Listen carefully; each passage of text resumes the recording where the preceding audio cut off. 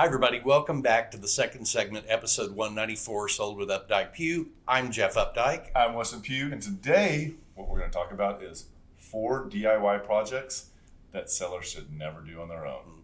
This is one of those things that's really important, and I think that so many people think that they can do this. And as we were kind of getting ready for the show, I was kind of thinking about what we were going to talk about. And I wish we could put an asterisk beside your name right now because I think you've probably done all of these. And I was trying to think of who you reminded me of in this. And do you remember Alice? Yeah. The show Alice? Yeah. Okay, so the character that was the super that had all the keys on his hip, he could fix everything. And that, my friends, is Jeff Updike. You have helped people, you helped Richard and Ryan reprogram or do something to their gate opener because it didn't work right. And that's just one that I can think off the top of my hand. But you can really do a lot. Couple that with the other superpower of the internet. I don't know if it's dangerous. There's a lot. It's fun. I enjoy doing it. These 4 things are not things that the normal homeowner really can do without some basic training. Right. And our number one is electrical work. And I think that small stuff, I think that right now that the LED light bulbs that are in the 110 outlets, in the can lights, I think that's something that's simple to do. But I think when you head into the panel box and when it becomes GFCI specific, these are times when it is so critical that they're done by a professional. It's almost, in my head, it's almost like if you have to have a bare wire involved, you need to make sure you understand how electricity works. And number one, always shut the circuit off. Yep. Number one, always. There are little pins that detect electrical activity, and you can go shut the power off, come back in with your little pin and wave it at the switch and know that power is turned off. And the other thing too, just kind of shifting gears because this is a real estate specific show, on the seller's disclosure, there's a section that says, have permits been pulled for the work that needs to be done? And electrical work at times can require a permit.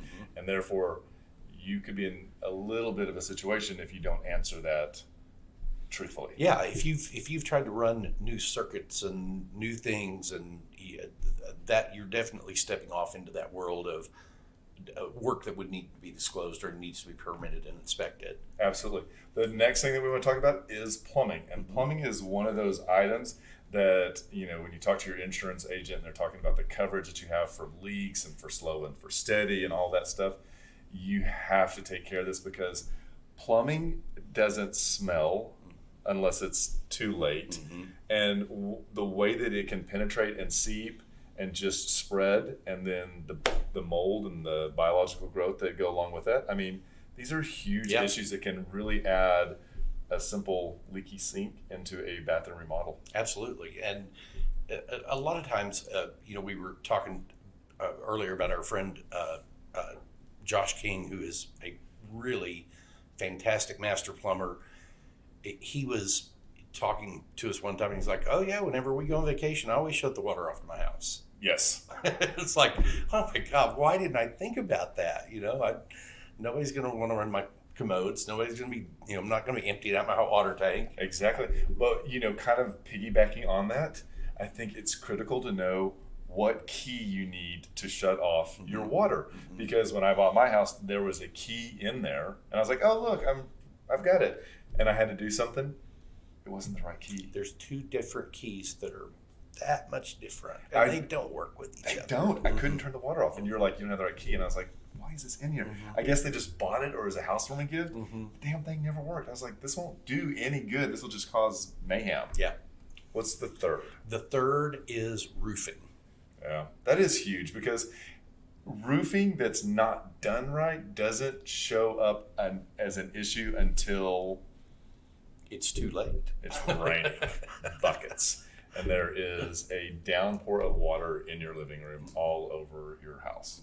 So it's a big deal. Get it done right. Nobody wants to do it if you've ever tried to carry a pack of shingles up a ladder.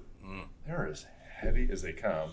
They are. And the people, I really admire roofing people because that's not an easy job, and it takes you a while to really get into the groove of it. But man, when some of them get moving, they get moving. And if you think about it, we're typically walking on level surfaces, and these angles are just ridiculous. It's dangerous. I mean, unless you know what you're doing or are part mountain goat, Yeah. stay off your roof. Yeah. That's just stay off, hire the professional.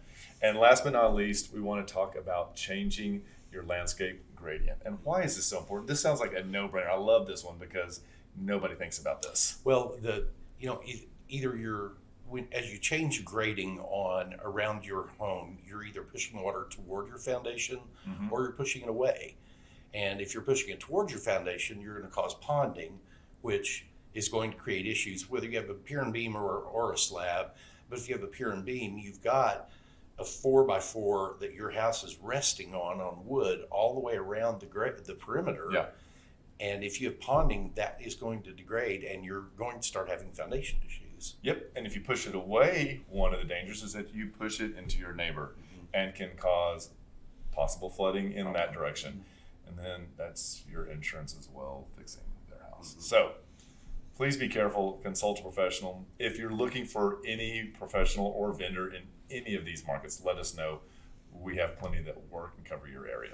So hopefully you found this helpful. If there are any other topics you'd like for us to discuss, just reach out, put a note in the comments, and we would be happy to make that happen. And with that, we just remember, we'd like to be your realtors for life.